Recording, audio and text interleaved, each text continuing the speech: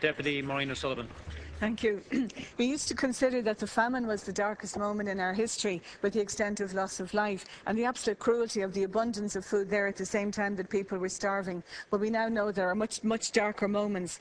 Covered by the industrial schools, the Magdalene laundries, the mother and baby homes, those who suffered from symphysiotomy and thalidomide, those who suffered through clerical abuse, and an appalling litany of tragedies. And the one common denominator is the cruel and the inhuman treatment of children and of young women. We've had commissions of investigation, we've had reports, we've had the redress board, but we know that there were shortfalls and shortcomings in all of those reports. So people are left dissatisfied, and it's the same people who had been let down in their lives year after year by their families, by their communities, by institutions, by the state, by the various departments, and they still feel today that they have not received justice. So the first point, as I said yesterday, is the importance of getting it 100% right, so there are no unanswered questions and no outstanding issues after this commission, and the hope is that the commission will be comprehensive enough to include all that. But there are concerns, and one relates to the Magdalene laundries, and we know the connections between mother and baby homes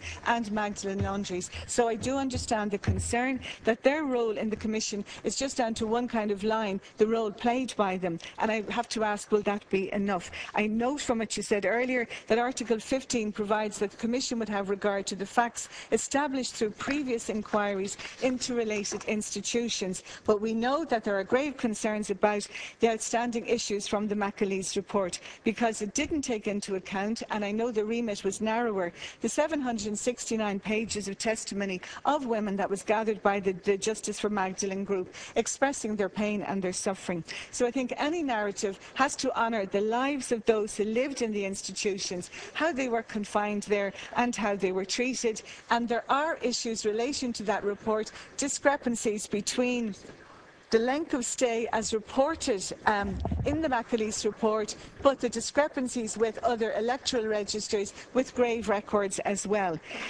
There's also a need to look at those Magdalene ladies who moved to other institutions, nursing homes, and who died in those institutions and not being considered as Magdalene people. Now, there were concerns that the pain and the suffering of the women was not taken into account, and I do think there is a big area there for your commission.